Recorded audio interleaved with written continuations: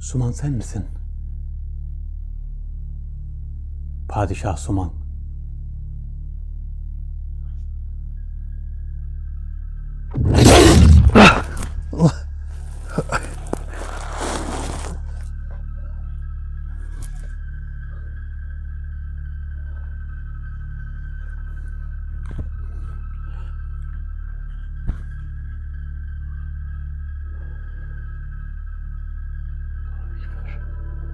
Padişah Suman. Padişah Suman.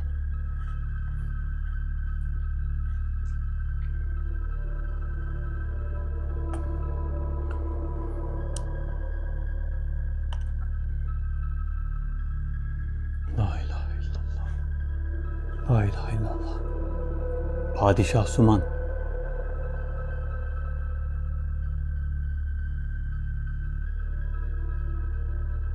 İbn Karuf seni çağırmamı söyledi. Bir padişaha böyle bir saldırı yakışmıyor. Padişah Suman.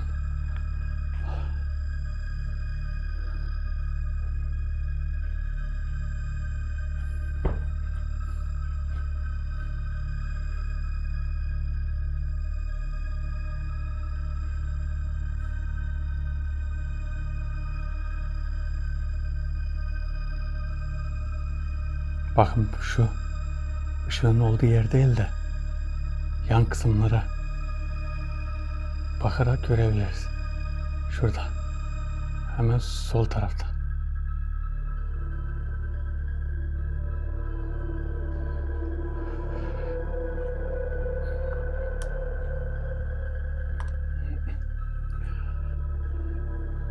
Büyük bir toplantı var. Padişah ve kralların toplanacağı, İbn Karuf'un yönettiği, İbn Necem ile beraber yönettiği bir toplantı var. Bu toplantıda ben de olacağım. İbn Karuf'un demesine göre Padişah Suman'la görüşmem gerekiyor. Padişah Suman'la kesinlikle görüşmem gerekiyor. Şu an öyle bir padişahın davetini yaptım. Davete gelen padişah ne yazık ki saldırdı. Önce iletişime geçmek için kendimi tanıtmam gerekiyor ama dinlemiyor. Ne olursa olsun dinlemiyor. Çünkü bu bir tedbir de olabilir. Tedbir olabilir. Tam 2 saattir bekliyorum gelmesini. Padişah davetleri çok zordur. Kimileri 4 saatte, kimileri 2 saatte, kimileri hiç gelmez. Bu geldi. Suman acaba bu mu? Padişah Suman bu mu? Onu tam olarak bilmiyorum çünkü İbn Necem'in Padişah Suman ismini verdi. Padişah Suman'ın gelmesi kesin ve kesin gelmesi gerekiyor. Kesin ve net Padişah Suman'ın gelmesi gerekiyor. La ilahe illallah subhaneke. La ilahe illallah subhaneke. Tam 2 saat bekledikten sonra çıktı. Kamerayı açtım. Kamerayı çok açıp kapattım. O sıralar hep sildim. Çıktığı an çektik. Şimdi bekleyeceğiz. Eğer bir daha öyle geç gelirse tekrar kapatacağım. Ama ilk geldikten sonra sık sık gelmeye devam edecek. Arkadaşlar biliyorsunuz bir toplantı olacak. Bu toplantı padişah ve kralların olacağı toplantı. Boyutta gidip İbn Karuf, İbn Necem'in Velzeber, Şehamir, Melkür bunların bulunduğu bir padişah toplantısı olacak. Bu toplantının öncesinde padişah Suman'ın daveti olacak. Suman önemli şeylerden bahsedecek. Neden bahsedecek hiç bilmiyorum. Şu an bize anlatacak. Ama beklememiz lazım. Arkadaşlar bugünkü videomuzun bir sponsoru var. İstanbul'dan bizi takip eden ve bizi seven Masi bugünkü videoya sponsor oldu.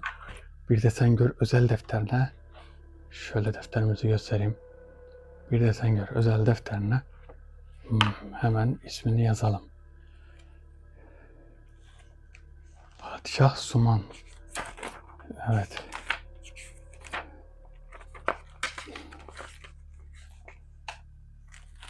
Herhalde padişahların gelmesi de geç oluyor. Evet, İstanbul'dan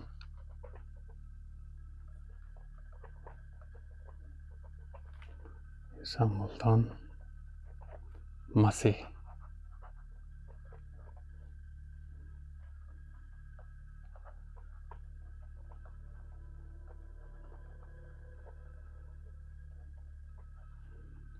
Sevgilerimle. İnşallah en kısa zamanda İstanbul'a gideceğiz. Oradaki arkadaşlarımızla bir toplantı yaparız. Aynı bu boyuttaki gibi. İstanbul'dan Masih. Masih'e buradan teşekkür ederiz.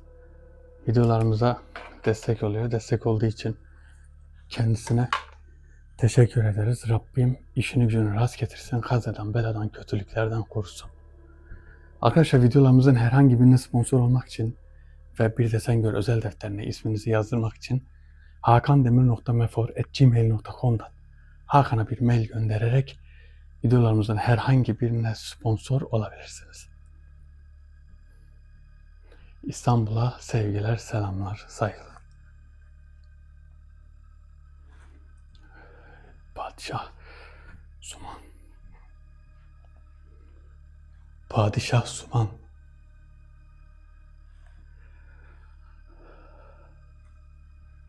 Şimdi saldırmaması için iletişim kurmaya çalışacağım ama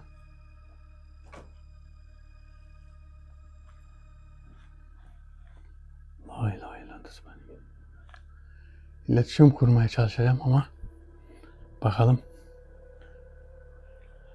bakalım iletişim kurabilecek miyiz? Sağdan soldan sesler geliyor. Tavana mı çıktı gene? O da şey gibi.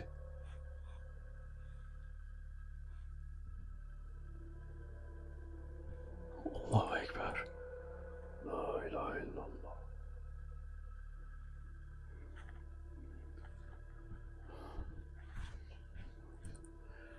Padişah, padişah.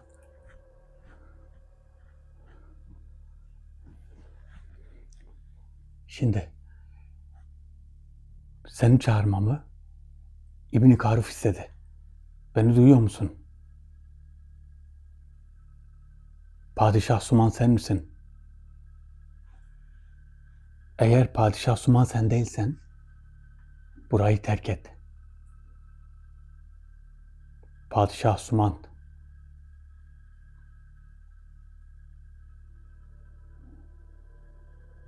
Padişah Suman sen misin?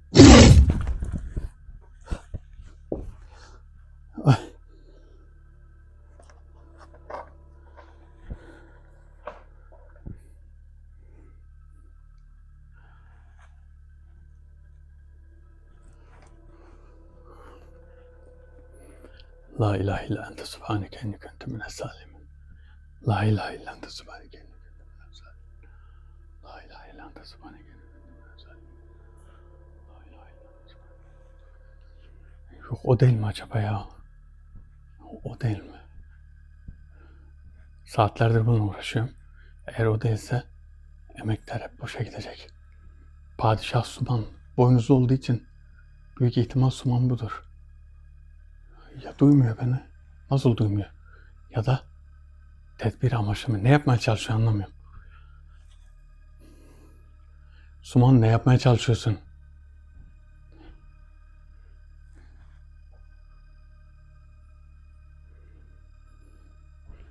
Ne yapmaya çalıştığını bir anlasam.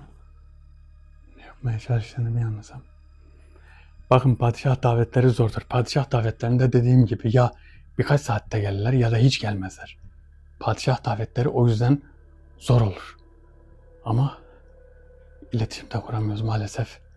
İletişim kurabilsek çok iyi olacak da.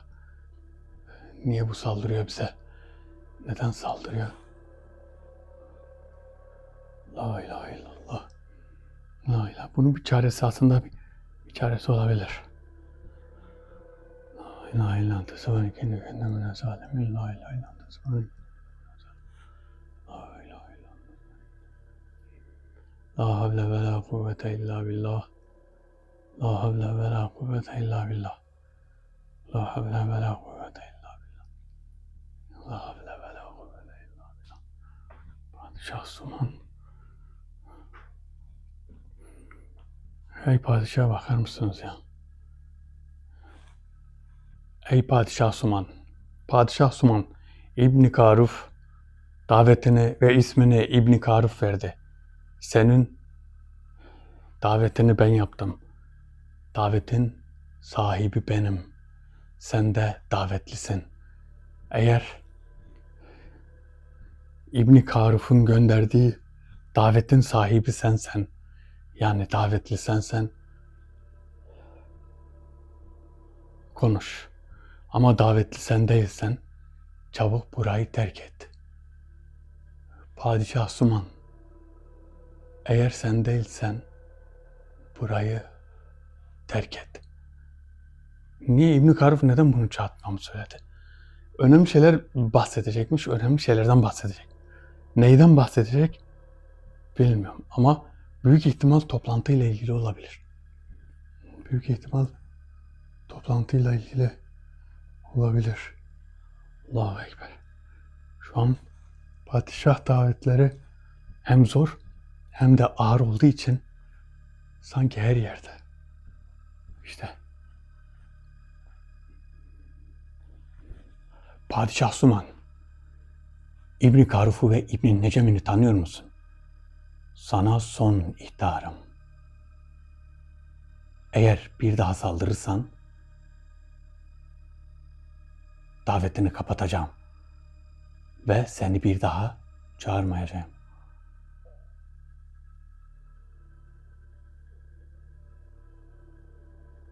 Padişah sen misin?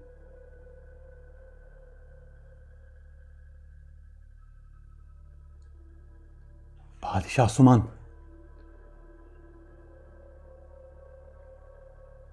cevap ver. Padişah Suman,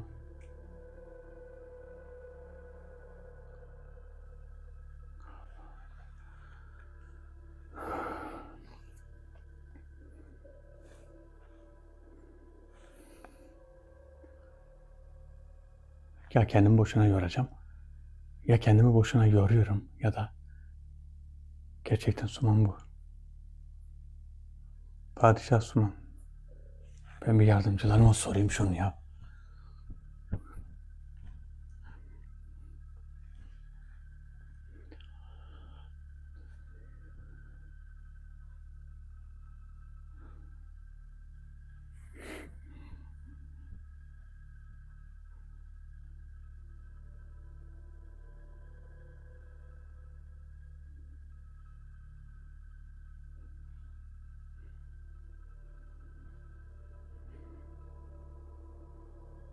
Evet. Evet Suman buymuş. Suman bu. Konuştur onu diyorlar. Konuştur.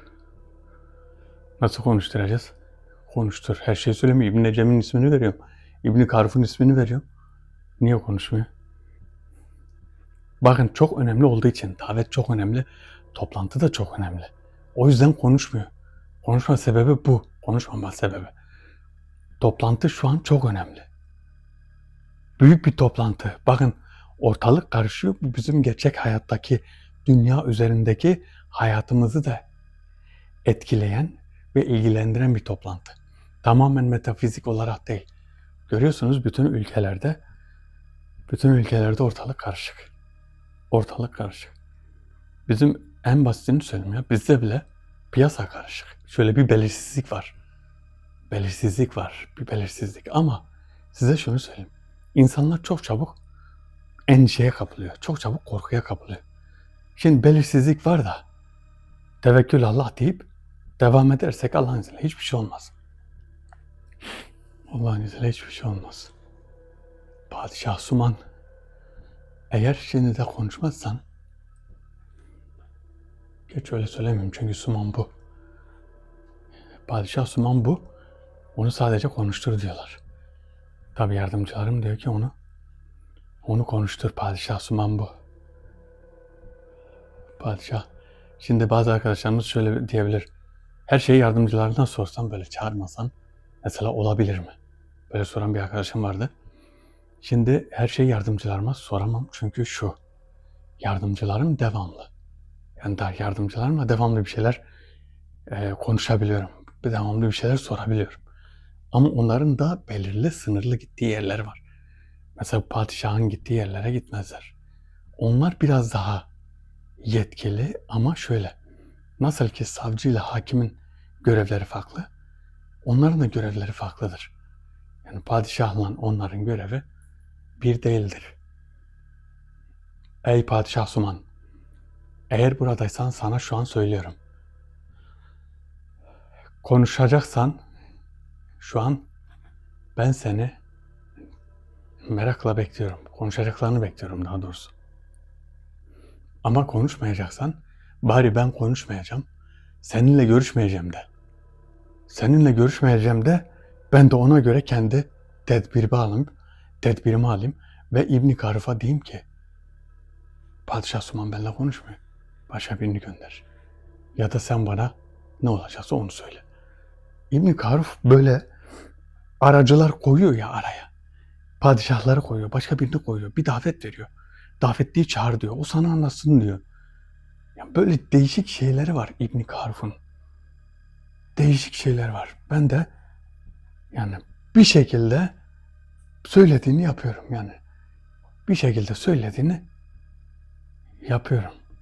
Ama neden dolayı biliyor musunuz? Aramızdaki dostluktan dolayı. İstesem yapmam. Niye? Zorla mı yaptırıyorlar? Yok. Bir zorlama var mı? Yok. Tabii ki hiçbir zorlama yok. Ama ben yapıyorum. Neden? Çünkü ileriye gittikçe altından bir şeyler çıkıyor. İleriye gittikçe altından bir şeyler çıkıyor. İbn Karuf bu davetler sizi de ilgilendiriyor dediği için gerçek dünya yaşamındaki bizleri de ilgilendirdiği için öyle söylediği için ben zaten peşine düşüyorum Padişah Suman'ın.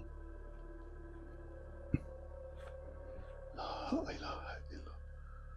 La ilahe illallah.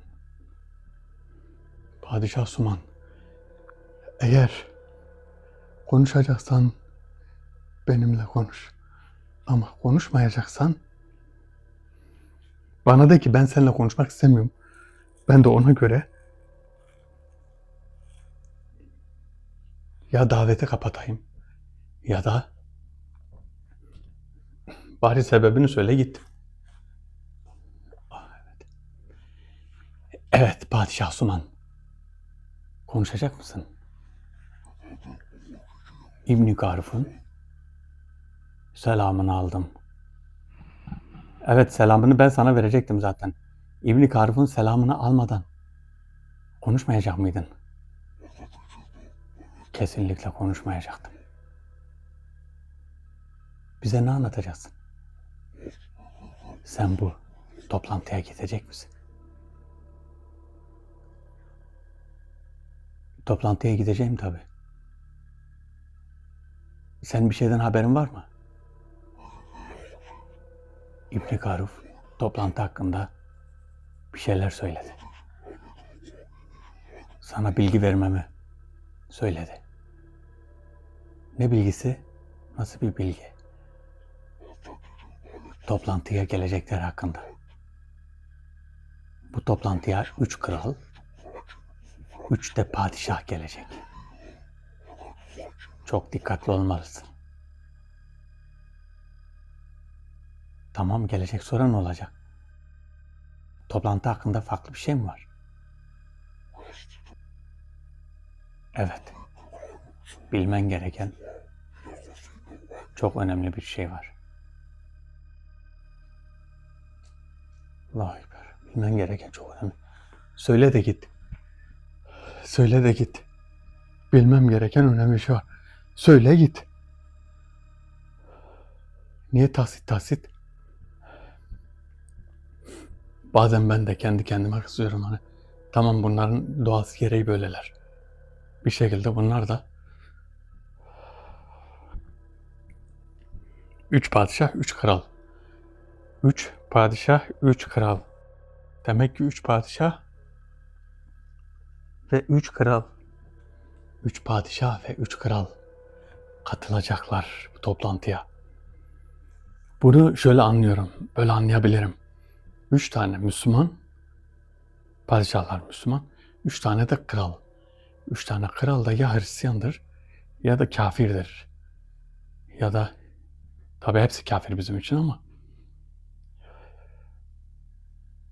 yani 3 Hristiyan ya da Yahudi ya da hiçbir şeye inanmayan. Yani iblise tapmışlar. Bunlar da olabilir. Bunlar da var. Acaba öyle bir şey var mı? Öyle bir şey olsa İbn Karif toplantıya almaz onlar. Ama belki ittifak kurdukları için ya da onları korumak ya da onları kullanmak için toplantıya almışlardır. Yoksa büyük savaşla İbn Karif büyük savaşlarla bunların hepsini yok eder. Yok etmemesi için büyük kabilelerin başlarıyla konuşup istediğini yaptırıyor. Emir veriyor. Nereye zarar verirseniz, nereye saldırırsanız biz de size saldırırız. Korku veriyor ve bu şekilde hiçbir yere saldırmıyorlar. Bu şekilde bekliyorlar. İbn Karuf. Bir şekilde İbn Karuf'u görmemiz gerek. Acaba İbn Karuf'u nasıl göreceğiz? İbn Karuf'u nasıl göreceğiz? İbn Karuf. La ilahe illallah. La ilahe illallah.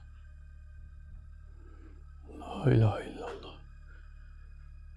Padişah Suman, madem ki konuştun, devamını getir. Bize parça parça konuşma. Bize parça parça konuşma Padişah Suman. Padişah Suman parça parça konuşabilir. Çok da şey değil yani de. Şimdi belki videoyu açalı fazla olmadı ama ben daveti yaparken bayağı bir bekledim. Yani hemen hemen 3. saate girdik.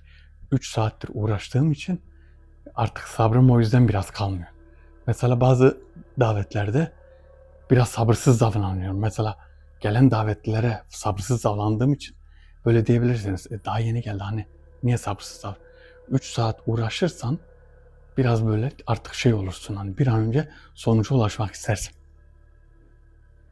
Sonuca ulaşmak istediğimiz için biraz aslında görünmeye başladığında çok zaman geçmemiş.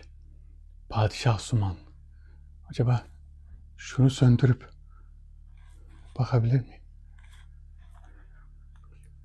Şöyle bakalım. Ah gelmiş padişah.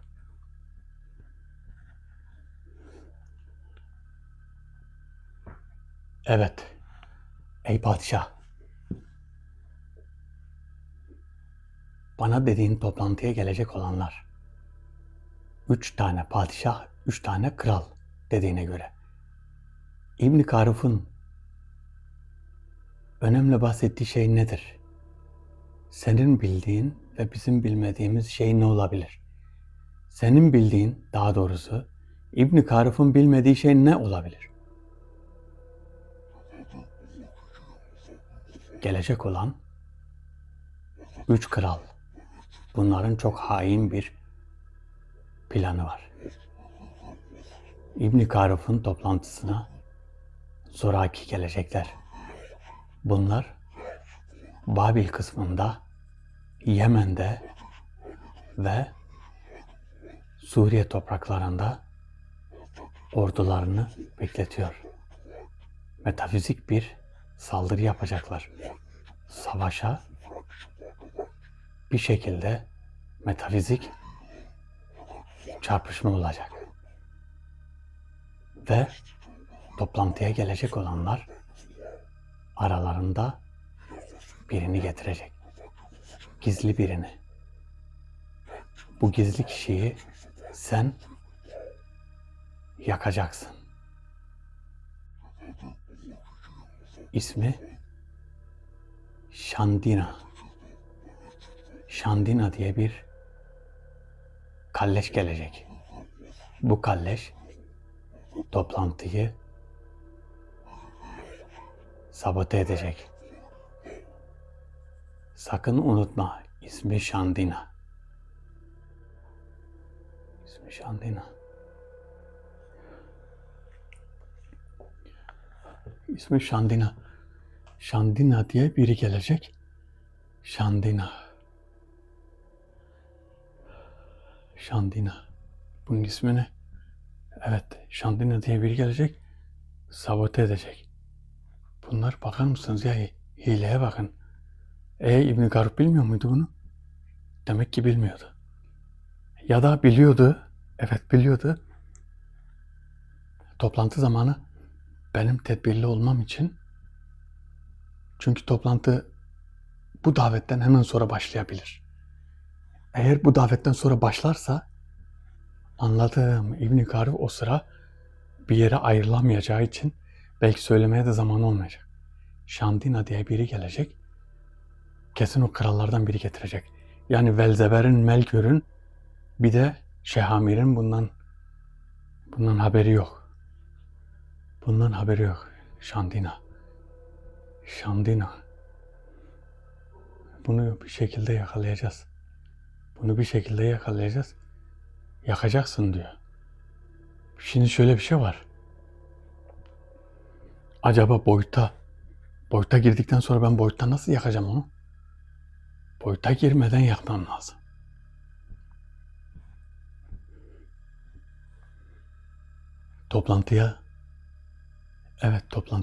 Farz et toplantıya girdim.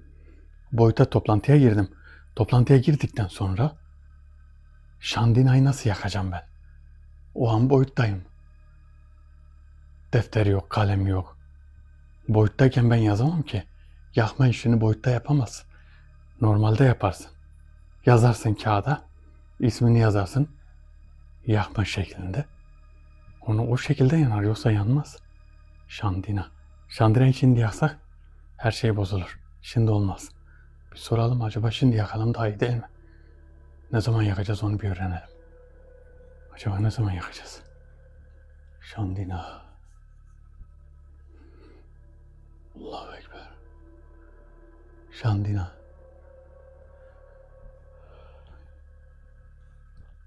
Bakın, ısrarla Kalleşik yolunda metafizik saldırıya başvuruyorlar. Israrla, ama başarılı da oluyorlar çoğu yerde. Bazı yerlerde de değil de çoğu yerde başarılı oluyorlar bunlar. Bakın, Yemen'de, Suriye topraklarında, Babil'de bu kralların ordusu varmış. Biz de ne yapacağız? Bak, bunlar söylediği iyi oldu. Cebut'u, Aruhan'ı bilgilendireceğiz. Kral Huşimi'yi, ordularını bunlar da çıkarsınlar. Yemen'e, Suriye'ye, bir de Babil'e kendi metafizik ordularını göndersin. Metafizik ordularını göndersin ki bir metafizik saldırıda hemen karşı koyulabilinsin. Ben de biraz oraya ordu yığmam lazım. Cebut ve askerleri oraya giderse çok iyi olur. Şandina'yı da nasıl yakacağız onu öğrenelim. Şandina nasıl bir şey yapacak Şandina? Şandina nasıl bir şey yapacak? Bir gelsin de bir öğrenelim bakalım ne diyecek. Şandina ne diyecek? Yani Şandina'ya ne yapabiliriz? Bakalım Şandina'ya nasıl bir zarar verebiliriz ki onu bir öğrenelim. Ona göre kendi tedbirimizi ona göre alalım.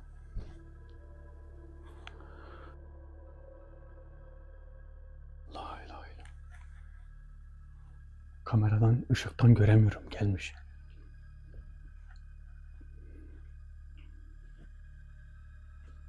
Evet.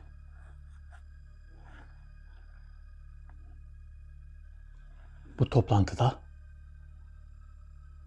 gelecek olanlar sadece kralın orduları mı? Bir de senin söylediğin bu Şandina'yı ben boyutta nasıl yakacağım? Boyuta girmeden hemen önce yakıp boyuta öyle gireceksin. Eğer ondan önce yakarsan toplantı öncesi her şey ortaya çıkar. Her şey ortaya çıktığı an toplantı da bozulur. Toplantıya gelecek olanlar senden haberdar. Benden haberdar. Padişahlar mı? Padişahlar zaten seni biliyor. Onlar daha buna alışamadı. Ama krallar senden haberdar. Bu kralların bir kalleşlik yapmasından korkuyoruz. Sen de toplantıda olacaksın mı? Toplantıda sen de olacak mısın?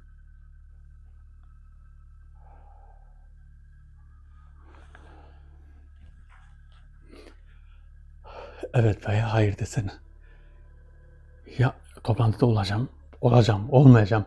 Evet, hayır desene. Niye söylemiyorsun? Toplantıdan boyuta girmeden önce yakacağım. Toplantı saati geldiği an, toplantısı Poyraz'ın burada olması lazım. Poyraz'ı çağıracağım. Poyraz buraya gelsin. Toplantı anında haber geldiği an hemen şandinayı yakacağım ve hemen boyuta gireceğim. Boyuta gireceğim, ondan sonra demek benden haberleri var. Bir kalleşlik yaparlar. Bir kalleşlik nasıl yapabilirler? Üstümde kaftan var. Üstümde kaftan var artı yani ne yapabilirler? Boyuttayız sonuçta. Boyutta bir şey yapamazlar ki. Boyutta gerekirse ben de savaşırım yani. Ama beni görmüyorlar. Beni görmedikleri için sıkıntı olmaz. Şandine niye o kadar telaş etti ki korktu. Endişe ediyorlar yani. Bir kalleşlik yapmalarından korkuyoruz diyor da. Kendi gelecek mi? Kendi de korkuyoruz dediğine göre kendi de gelebilir. Eğer kendi de gelirse çok iyi olur.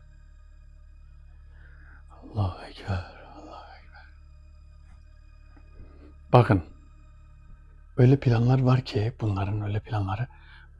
Bu gelen krallar da başıboş değil. Yani kendi başlarına gelmemişler. Gelecek olanlar da bu toplantıyı yönetenler var, yönetenler. Bu yönetenler kimler biliyor musunuz? Yönetenlerin bir kısmı mason. Masonlar yönetiyor.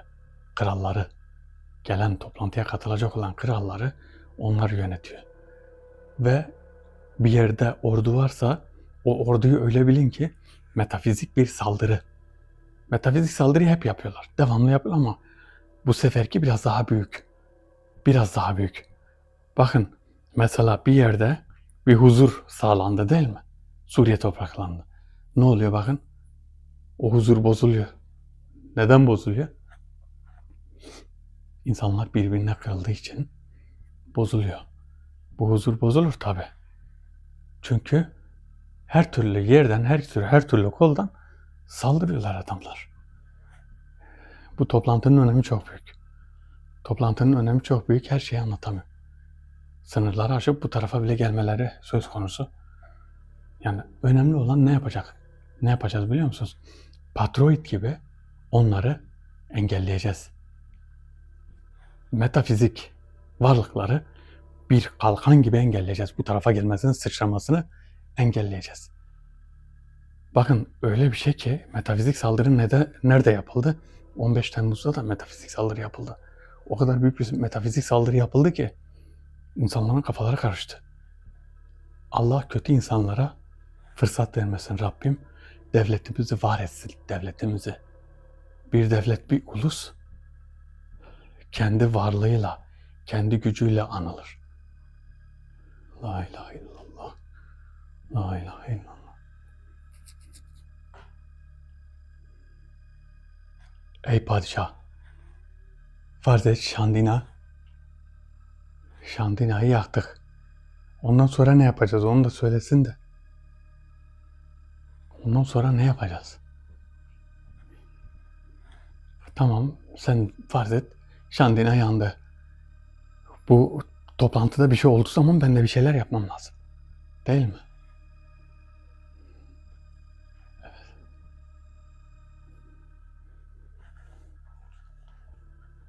Şandina öldükten sonra ya da yandıktan sonra ne yapacağız? Başka yapılacak bir şey var mı?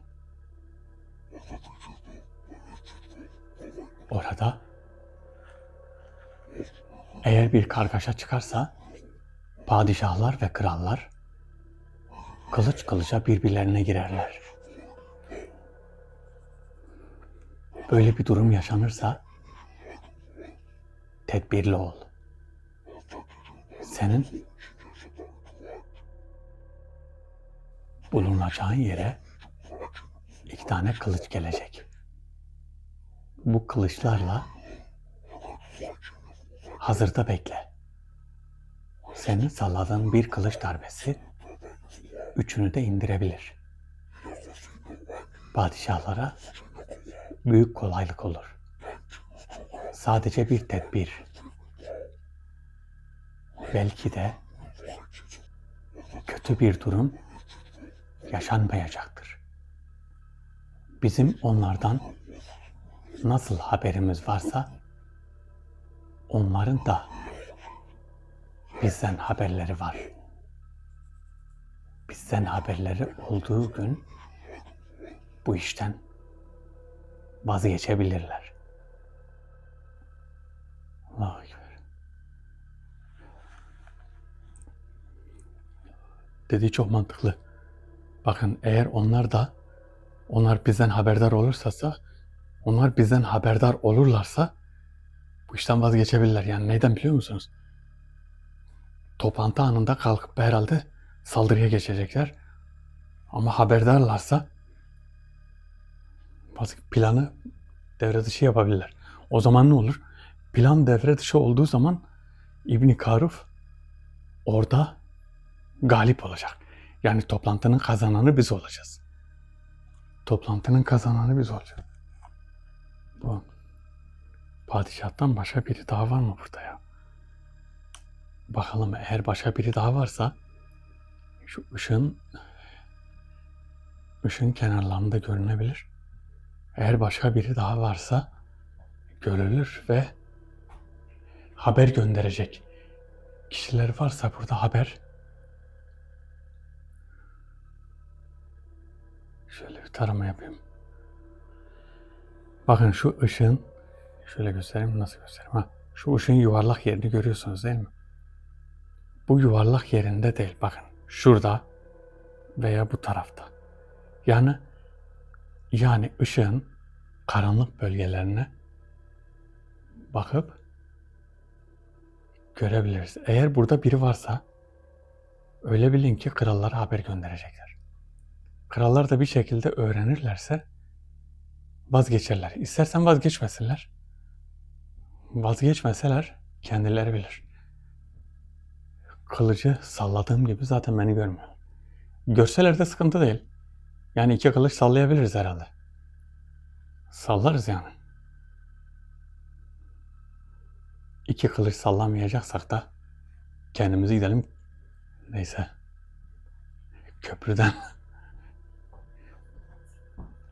Adam diyordu ya, eğer iki kılıç sallayamayacaksa kendini köprüden atsın. Yok, kimse kendini köprüden atmasın. Yani sözü bile yanlış aslında. Köprüden atmak ne demek? İntihar etmek demek. İntihar büyük günahlardan bir şeydir. Hani büyük günahlardan biridir. İntihar etmek.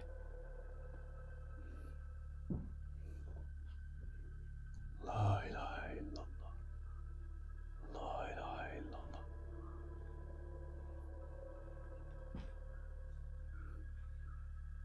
Evet, şu an kimse yok.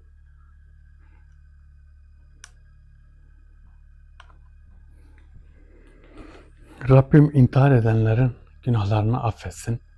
Çünkü bir insan o dereceye geldi mi, Allah yardım etsin, çok zor bir durum.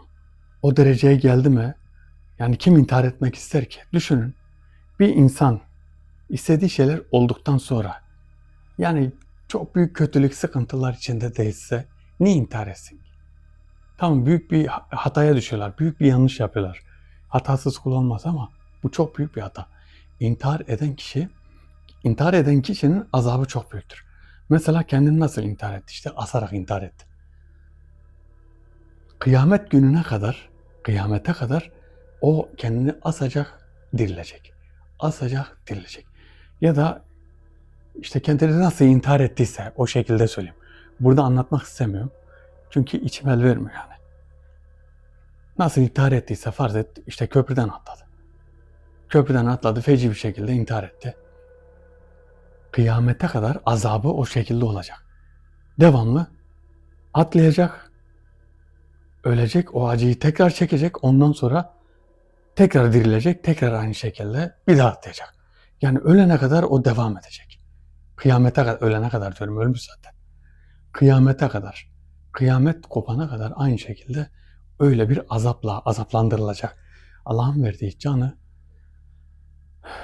Allah alır. Ama şöyle bir şey var. Rabbim Zülcelal ölümün de hayırlısını versin. Yani herkesin sayılı bir günü var. Rabbim herkese sağlıklı uzun ömür versin. Bereketli ömür versin.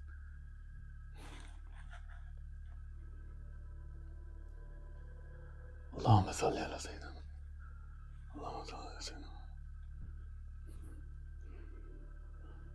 Geçen bir arkadaşımız söylemiş.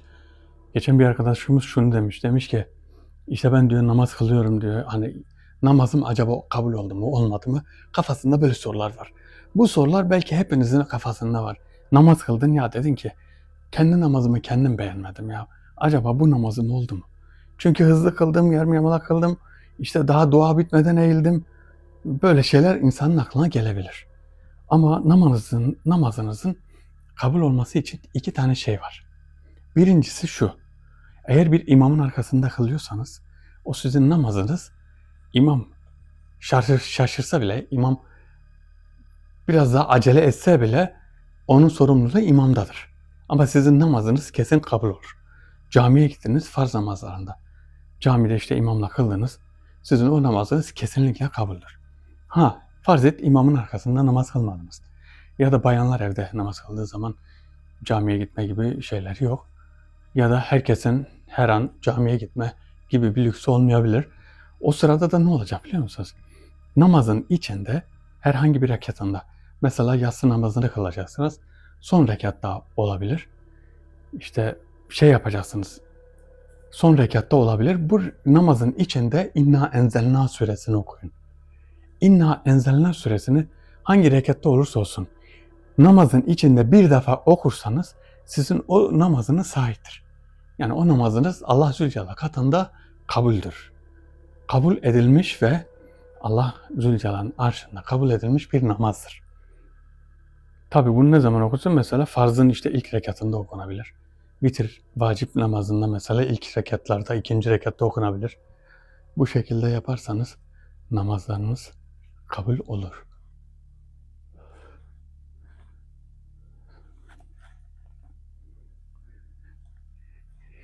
Ne oldu? Sanki bir şey geldi buraya da. Buraya bir şey geldi.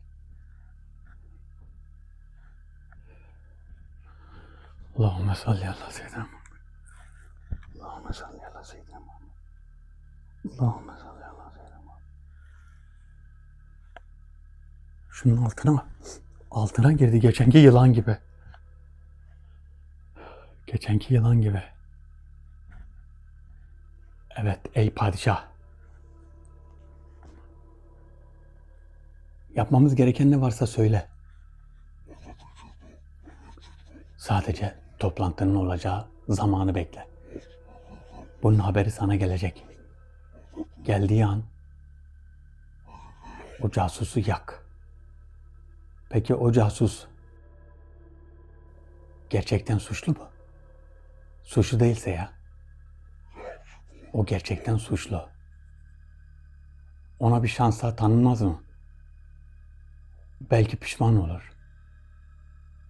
Şimdi bilip bilmeden yak diyorsunuz ama o an yaparsa, ne yapacaksa, yani yakmak değil de onu kitlesek daha iyi olmaz mı? Ben onu kitlersem, bağlarsam hiçbir şekilde onu bulamazlar. Öyle bir yerde bağlarım ki onu, hiçbir şekilde bulunmaz. Sonra onunla ilgilenirim. Eğer gerçekten yanmayı hak etmişse o zaman yakabilirim. En temizi yakmaktır. Ama gene sen bilirsin. Eğer bağlayabilirsen bağla. Ve onu bir mahzene atarsan olabilir. Ama yaktığın an kurtulmuş sayılırız. Anladım. Başka ne yapmamız gerekiyor? Ne gerekiyorsa anlatabilirsin. Toplantı bittiği an padişahlar gidecek. Krallar biraz ağırdan alabilir. Yani orayı hemen terk etmeyecek. Krallar gidene kadar boyuttan sakın çıkma. Anladım. Krallar gidene kadar boyutta kalacağız. Başka? Var mı bunun başka bir yolu? İbn Karuf bir haber gönderecek. Bu haberi bekle.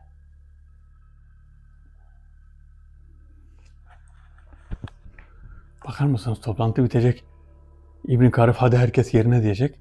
Hepsi gidecek, krallar ağırdan alacak. Oyalanacaklar yani. Oyalanacaklar, belki de o sıra ne yapacaklar bilmiyorum.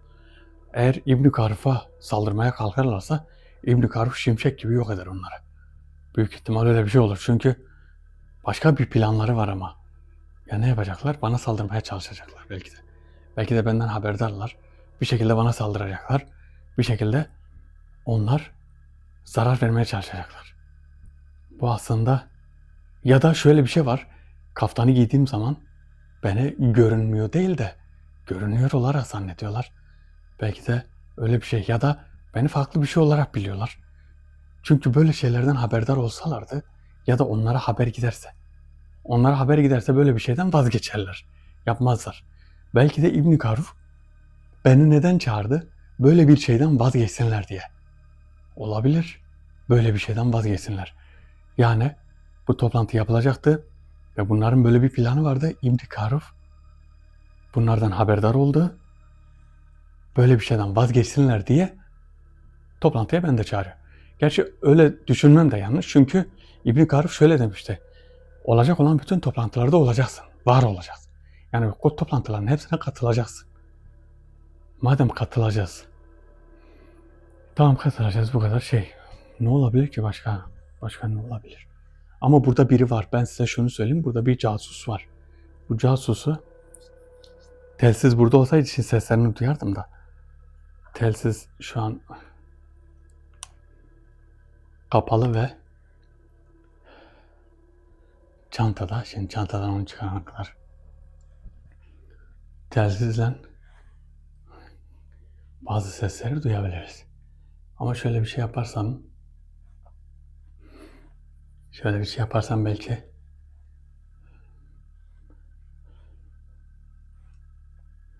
en azından bir işaret görsem. Arkadaşlar, eğer siz de görebilirseniz,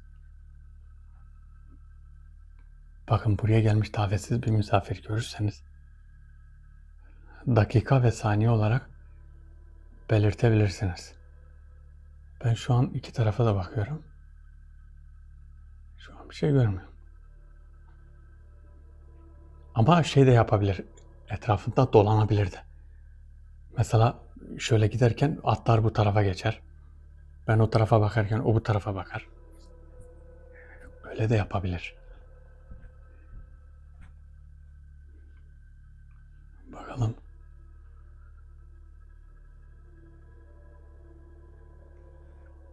Bakın şuraya bakın. Şuraya bakın. Allahu Ekber.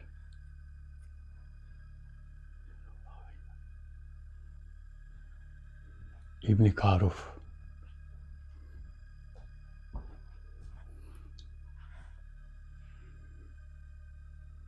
La ilahe illallah. La ilahe illallah.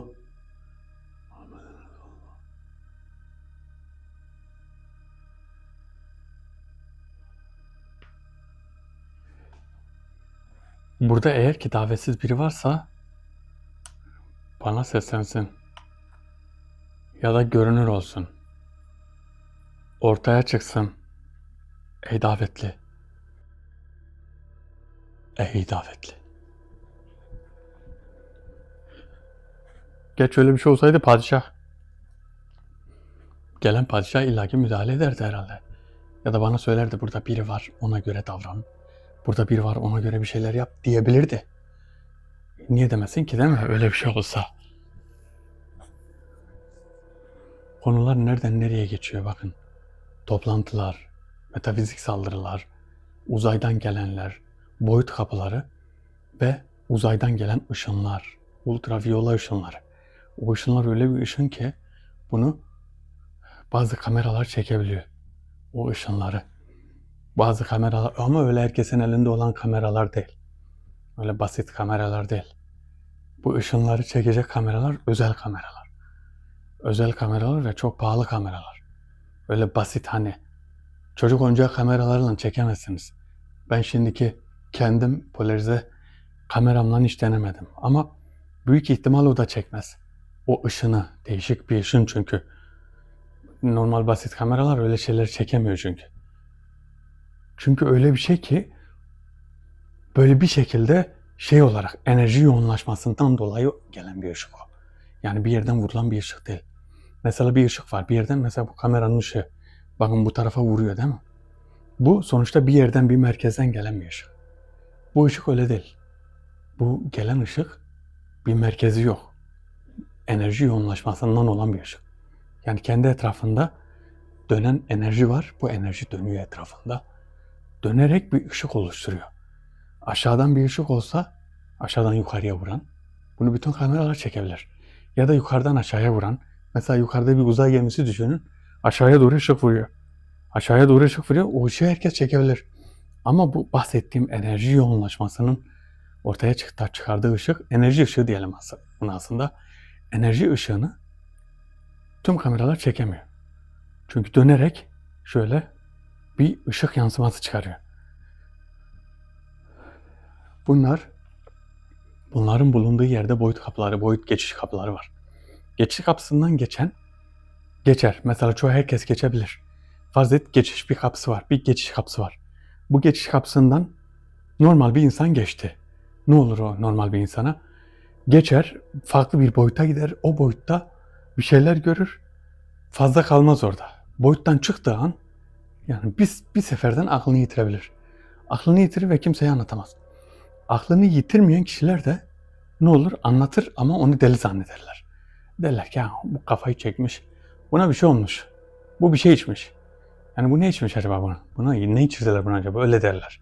Aslında adam gerçekten görmüş. Adamın gördüğü gerçek hayali bir şey değil aslında. Yani gerçek gördüğü şu. Kendi görmüş gerçekten. Yani herkes buna şimdi halüsinasyon der. Aslında halüsinasyon da değil. Daha farklı bir şey. Görüyor çünkü boyut açılıyor, geçiyor öbür tarafa görüyor. Bunu zaten herkes öldükten sonra herkes görecek zaten o boyutu. Farklı bir boyutu, ruhlar aleminin boyutuna çıkacak. Görecek, her şeyi göre göre gidecek. Göre göre gidecek. Berzah alemine gittikten sonra orada kapılar kapanacak. Daha hiçbir şekilde bir yere gidemeyecek. Orada kalacak. Berzah alemi, bakın berzah alemi de şöyle bir şeydir. Ölmüş birine eğer iyiyse cennet bahçesinden bir bahçedir. Eğer kötüyse cehennem çukurundan bir çukurdur. Herkes zannediyor ki cehennem sadece ateşli olan yer. Bakın Gayya kuyusu var. Cehennemde bir Gayya kuyusu var. Bu Gayya kuyusuna düşenler öyle bir pişman olmuş kişiler ki o kadar oraya girmemek için orada yalvarıyorlar. Ya Rabbim diyorlar. Bizi diyor 1000 defa öldürseydin buraya girmeseydik. Çok kötü, çok pis bir yer. Gayya kuyusu. Meşhur bir kuyu. Gayya kuyusu. Rabbim bizi cehennem azabından korusun. Öyle cehennem var ki, tabi Müslümanların çekeceği azaplardan bahsedeyim. Öyle cehennemler var ki soğuk. Eksinin altında artık. Eksi. Devamlı üşüyorsun orada. Adam ölmüş düşünün. Kıyamet kopana kadar hep üşüyor. Hep soğuk içinde. Bir de öyle yerler var ki akrep, çıyan, yılan böyle yılanlı olan pis bir yerde. Her yer bataklık. Oturacak bir yer yok. Dinlenecek bir yer yok. Hep böyle yürüyorsun böyle şey. İşte açsın, karnın aç, sağın solun ağrıyor. İşte bakıyorsun her yerin yara. İyileşmiyor. Azap işte bunlar, azap. Azap çekmek. Her şey cehennem mi? Cehennemden daha beter. Cehennem beterdir de. Yani beterin beteri var demek istiyorum. Böyle azaplar var. Rabbim bin bir türlü azaplardan hepimizi korusun, cümlemizi korusun. Böyle kötülük yapmaktan korusun, günah işlemekten korusun. Bu azabı Rabbim hiçbirimize, İslam aleminde inanmış olan, imanlı olan hiçbir kimseye yaşatmasın. Kötüler için de Yaşasın cehennem diyelim, ne diyelim. Kötüler için. Padişah gelmeyecek. Arkadaşlar biz anlayacağımızı anladık. Ben daveti kapatacağım. Gerekenleri İbn Karuf zaten haberini gönderdi. İbn Karuf'la bir istişare daha yapacağım. Ondan sonra toplantı saatini bekleyeceğim. Toplantı saatinde buluşmak üzere. Bir sonraki videoda toplantıda buluşmak üzere. Herkes kendine iyi basın. Allah'a emanet olun. Hoşçakalın.